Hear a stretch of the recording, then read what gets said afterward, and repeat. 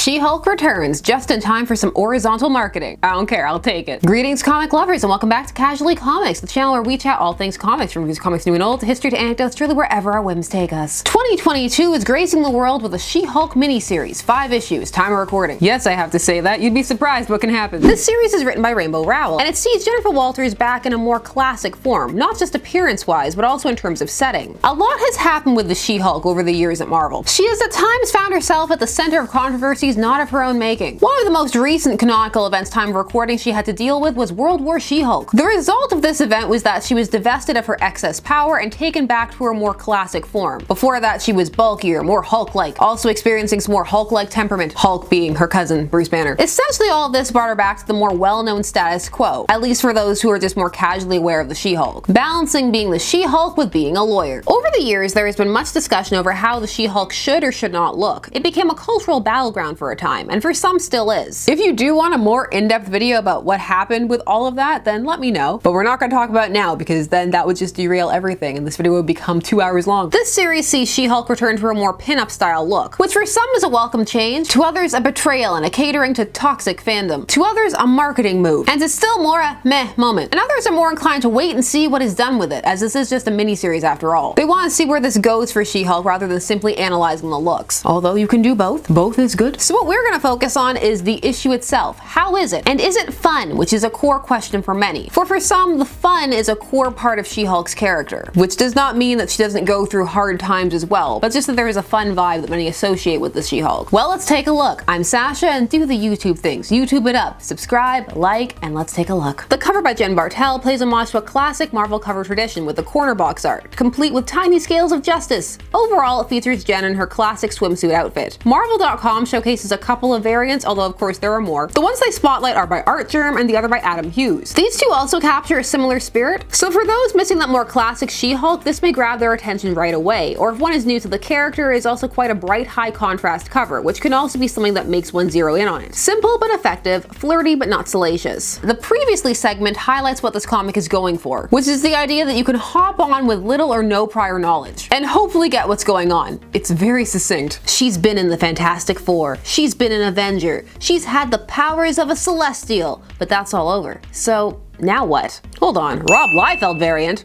I would like to see it. Deadpool? Well, I mean, I guess I shouldn't be surprised. And don't think I didn't notice that it cuts off before the feet. This comic is written as mentioned by Rowell with art by Roge Antonio, colors by Rico Renzi, and I'm pretty sure Joe Caramagna just letters everything. That was a hyperbolic joke. Yes, there are other letterers. The legends are true. Jennifer Walters, She-Hulk, former attorney. I hate starting over.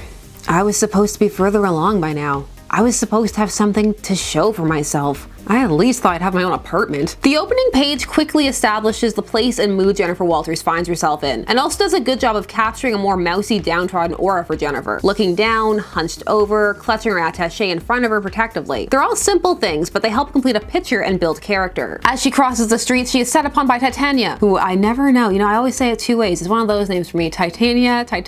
We're going Titania. That's what we're doing. Now this surprises Jennifer, since Titania has more recently gone the reformed anti-hero route. Why is it, Walters, that you keep reinventing yourself and landing on your feet, and I keep landing on my face? Maybe it's cause you keep picking fights with Hulks. There's a nice visual gag here where Jennifer drops down significantly in height after taking off her heels. But before they get to it, Jennifer doesn't want to wreck her clothes. She says this is her only suit. I'm not fighting you in my only suit. So you're gonna fight me in your underwear? I have fought you in less. And so we see She-Hulk fully transformed. It may have been Jennifer's only suit, but I guess she has more blouses. But maybe she should have saved that one. Look at how great the buttons are. As they fight, Titania discusses missing just being able to cut loose like she can with the She-Hulk, but She-Hulk's head isn't fully in the fight, as she asks her opponent if she's still married, and if she learns things about her life, she just says that if she had those things, she wouldn't let them go so easily. They add a nice visual touch by having it so that when she's saying she wouldn't throw it away, she's throwing Titania into a dumpster. Are we done here, Mary? Did you get your endorphin hit? You know the rules. We're not done until one of us can't get up. She-Hulk proposes an alternative instead of taking Titania to jail and derailing her life, and proposes that they should become sparring partners. That would be good for both of them. They can have their own fight club. Are you all right, Walters?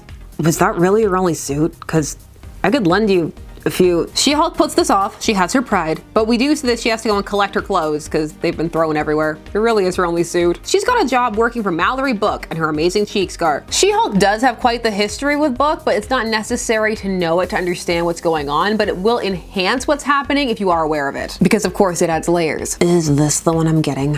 What does that mean? The mousy one. Her office is a closet, and Mallory says she wants no gratitude. She just didn't want to face Jennifer in court, and oh, she has to bring her own bagels and get her own clients, but also the bagels, that was highlighted. BYOB, got it. So Jennifer has a job now, but she needs a place to stay. Why not somewhere familiar? That's right, Janet Van Dyne's, aka the Wasp's apartment, just like where she stayed during the John Byrne series. Janet is thrilled to let her stay there as long as she wants, and even says she has some of her clothes from the last time she was there. Hello, lover. That is the same couch. It's a nice touch. It highlights the feeling of going back to basics with Jennifer. Please, please, please, please. Hallelujah. She's so happy to see these clothes, she hulks out in her skirt. It's fine, because it's not her only one anymore. She also revisits the bathtub, which is one of the things that has changed. It's shrunk. In the 80s, it was massive. I don't need to have it all, but I want to have more. I want to take up more space in my own life. But before she can get too deep into the introspection, there's a crash. And it's, get ready for it, Jack of Hearts. He's been dead forever. Well, not forever, but a long time in comic terms. Canonically, he's been dead since Avengers Disassemble in 2004, and then he's popped up here and there. To be continued. Next time, Jen wears a nice pantsuit. Maybe. It's very high-waisted. And that was the start of the She-Hulk miniseries. How was it?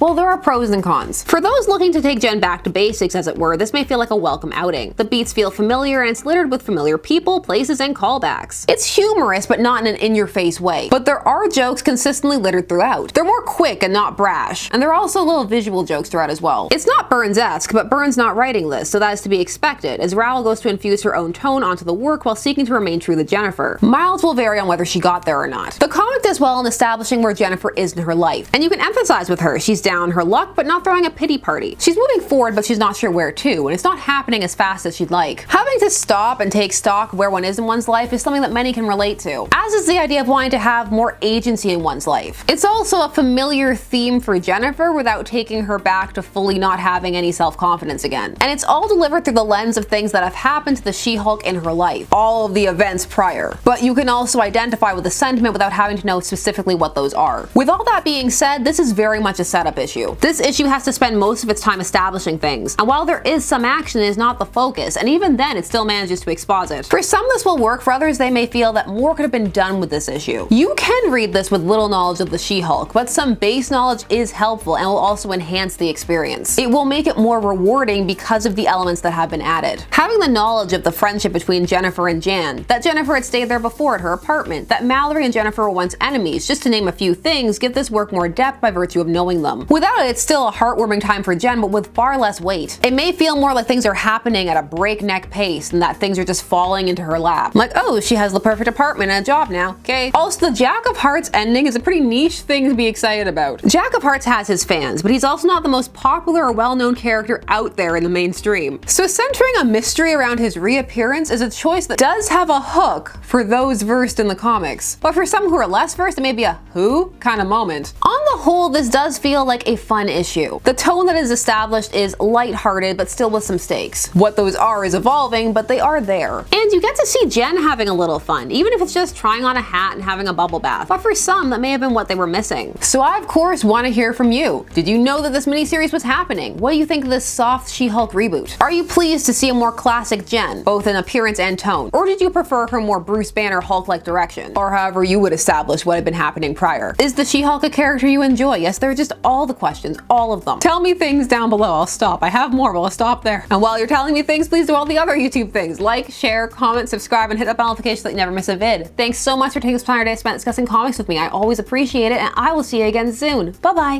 Also, yes, I did wear She-Hulk eye makeup for this, because I'm that person. I'm gonna do something I never do. Let's take my glasses off. Hold on. Prepare to turn to stone. Yes, She-Hulk eyes.